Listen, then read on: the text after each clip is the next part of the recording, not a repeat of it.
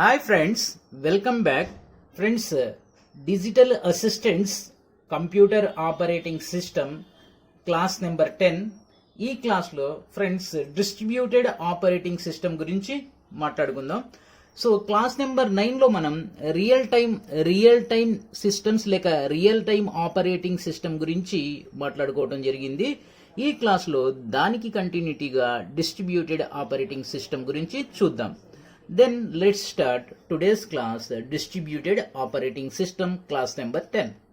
Friends, ఈ distributed operating system అనేది మనకి అర్థం అవ్వాలి అంటే ఫస్ట్ మనకి డిస్ట్రిబ్యూటెడ్ కంప్యూటర్ అంటే అర్థం అవ్వాలి, లేక డిస్ట్రిబ్యూటెడ్ కంప్యూటర్ సిస్టమ్ అనే పదానికి మనం అర్థం చేసుకోవాలి. డిస్ట్రిబ్యూటెడ్ కంప్యూటర్ సిస్టమ్ ఈ పదానికి మనం అర్థం తెలుసుకోవాలి.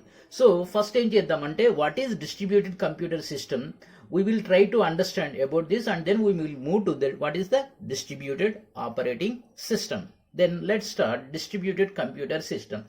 Distributed computer system is a collection of autonomous computer system which can capable of communication and cooperation via or by their hardware and software interconnections. So this is what the distributed computer system, and we will trace every word meaning. So distributed computer system is a collection of autonomous means independent computer system, that computer system capable of communication and cooperation via their hardware and software interconnections. So this means what is this? So a group of computers, group or collection of computers which are autonomous means independent. So a group, for an example, 10 computers are there.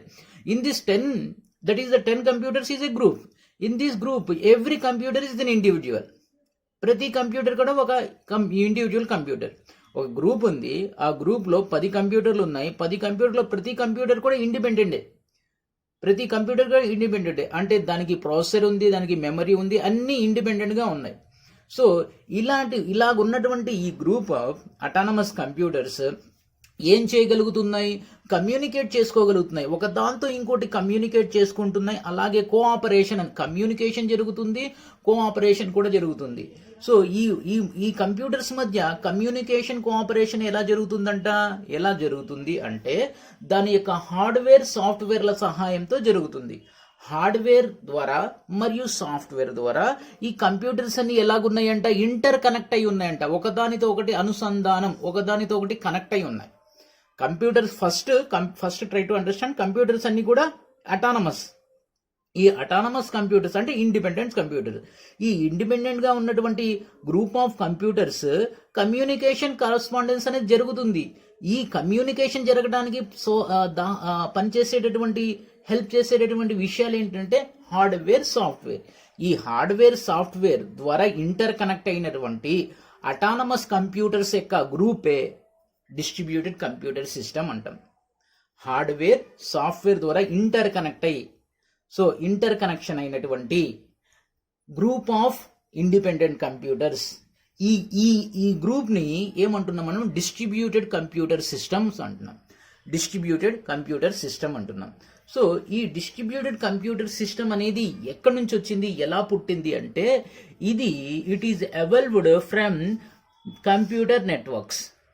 So computer networks అంటే LAN కానీ van కానీ. So ఒక LAN తీసుకుంటే local area network, it is a computer network. So ఆ computer networks నుంచి పుట్టినటువంటి ఒక ఎన్విరాన్మెంటే distributed computer system. Computers యొక్క నెట్వర్క్స్ నుంచి పుట్టినటువంటి ఒక ఎన్విరాన్మెంటే డిస్ట్రిబ్యూటెడ్ కంప్యూటర్ సిస్టమ్. ఈ డిస్ట్రిబ్యూటెడ్ కంప్యూటర్ సిస్టమ్కి డిస్ట్రిబ్యూటెడ్ ఆపరేటింగ్ సిస్టమ్కి ఉన్నటువంటి రిలేషన్ ఏంటి అంటే ఇప్పుడు మనం దాని గురించి మాట్లాడుకుంటాం. Okay, now distributed operating system అంటే ఏంటో చూద్దాం. ఇప్పుడు వరకు మనం డిస్ట్రిబ్యూటెడ్ కంప్యూటర్ సిస్టమ్ గురించి చూసాం. ఇప్పుడు డిస్ట్రిబ్యూటెడ్ ఆపరేటింగ్ సిస్టమ్ అంటే ఏంటో చూద్దాం. A distributed operating system it govern govern the operations of distributed computer system. So ఈ పాయింట్లో చాలా మీనింగ్ ఉంది ఫ్రెండ్స్. అంటే యాక్చువల్లీగా ఈ డిస్ట్రిబ్యూటెడ్ ఆపరేటింగ్ సిస్టమ్ అనేది డిస్ట్రిబ్యూటెడ్ కంప్యూటర్ సిస్టంలో మాత్రమే పనిచేస్తుంది. అంటే ఎక్కడైతే డిస్ట్రిబ్యూటెడ్ కంప్యూటర్ సిస్టమ్ ఎన్విరాన్మెంట్ ఉంటుందో ఆ చోటే అక్కడే ఈ డిస్ట్రిబ్యూటెడ్ ఆపరేటింగ్ సిస్టమ్ పనిచేస్తుంది. రెండో పాయింట్ ఏంటంటే ఈ distributed operating system it supervise, govern means check చేయడం, సూపర్వైజ్ చేయడం. It governs the operations of distributed computer system. ఈ డిస్ట్రిబ్యూటెడ్ కంప్యూటర్ సిస్టమ్ ఎలా ఆపరేట్ చేస్తుందో అబ్జర్వ్ చేసి గవర్న్ చేసి దాన్ని డైరెక్ట్ చేస్తూ ఉంటుంది, ఇలా చేయండి, కంట్రోల్ చేస్తూ ఉంటుంది. అది కంట్రోల్ చేస్తుంది. ఎవరు కంట్రోల్ చేస్తారు? Distributed operating system. దేన్ని కంట్రోల్ చేస్తుంది? డిస్ట్రిబ్యూటెడ్ కంప్యూటర్ సిస్టమ్ని కంట్రోల్ చేస్తుంది. సో బిట్ ఇక్కడ ఇలా జనరేట్ అవుతుంది ఫ్రెండ్స్. డిస్ట్రిబ్యూటెడ్ ఆపరేటింగ్ సిస్టమ్ ఎక్కడ పనిచేస్తుంది? డిస్ట్రిబ్యూటెడ్ ఆపరేటింగ్ సిస్టమ్ ఎక్కడ పనిచేస్తుంది అంటే కేవలం డిస్ట్రిబ్యూటెడ్ ఆపరేటింగ్ సిస్టమ్ అనేది డిస్ట్రిబ్యూటెడ్ సిస్టమ్ ఉన్న చోట, అంటే ఆ రకమైనటువంటి ఎన్విరాన్మెంట్ ఉన్న చోట పనిచేస్తుంది. డిస్ట్రిబ్యూటెడ్ కంప్యూటర్ సిస్టమ్ ఉన్న చోట అక్కడే డిస్ట్రిబ్యూటెడ్ ఆపరేటింగ్ సిస్టమ్ పనిచేస్తుంది. నెక్స్ట్ బిట్ ఏంటంటే డిస్ట్రిబ్యూటెడ్ ఆపరేటింగ్ సిస్టమ్ ఏ విధంగా డిస్ట్రిబ్యూటెడ్ కంప్యూటర్ సిస్టంలో పనిచేస్తుంది అంటే సో దాన్ని కంట్రోల్ చేస్తుంది. దేన్ని కంట్రోల్ చేస్తుంది? డిస్ట్రిబ్యూటెడ్ కంప్యూటర్ సిస్టమ్ని కంట్రోల్ చేస్తుంది. ఇట్ గవర్న్స్ అంటే కంట్రోల్ చేయడం. దేన్ని కంట్రోల్ చేస్తుంది? Operations of distributed system. Distributed system యొక్క లేక డిస్ట్రిబ్యూటెడ్ కంప్యూటర్ సిస్టమ్ యొక్క ఆపరేషన్స్ ని డిస్ట్రిబ్యూటెడ్ ఆపరేటింగ్ సిస్టమ్ గవర్న్ చేస్తుంది, చెక్ చేస్తుంది, సూపర్వైజ్ చేస్తుంది, కంట్రోల్ చేస్తుంది. ఓకే, ఆ తర్వాత అంతేకాకుండా ఇంకేం చేసిద్ది ఈ distributed operating system? It provide a virtual machine abstraction to its user. Its provide a virtual machine abstraction to its users. ఎవరైతే ఎండ్ యూజర్లో యూజ్ చేస్తున్నారో వాళ్ళకి ఒక ఎన్విరాన్మెంట్ క్రియేట్ చేసింది, ఒక మిషన్, వాళ్ళ ఒక సొంత మిషన్తో పనిచేస్తున్నట్లుగా వాళ్ళకి.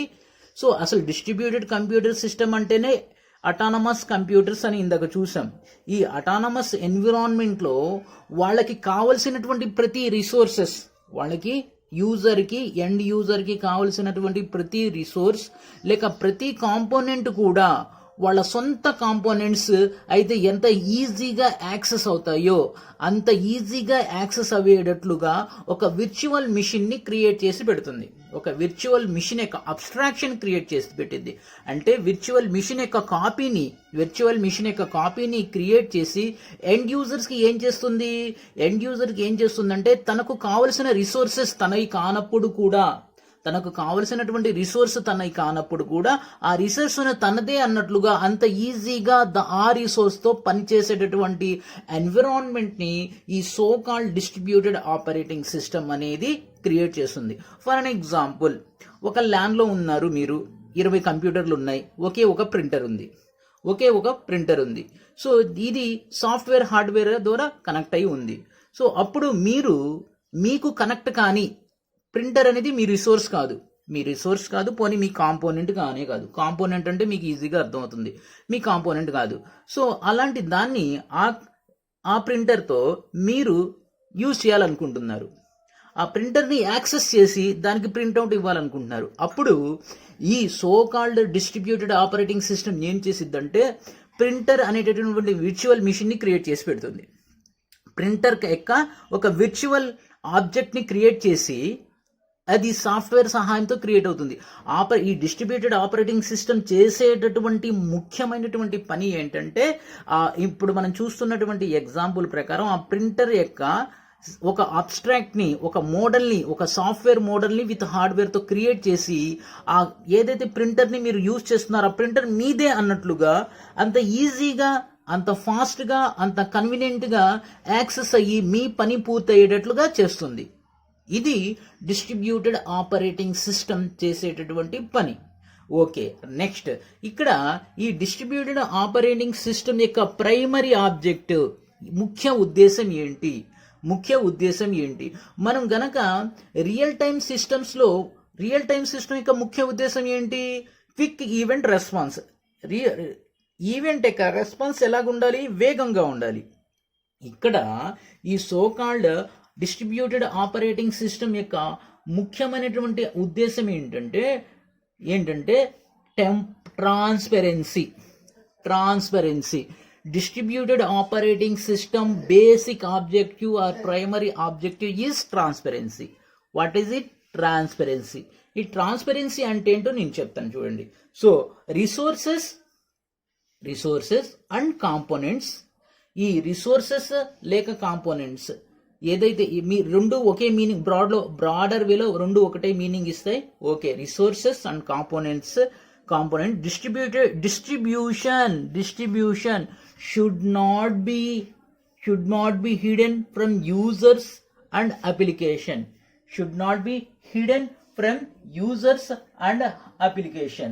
సో అంటే ఏంటి?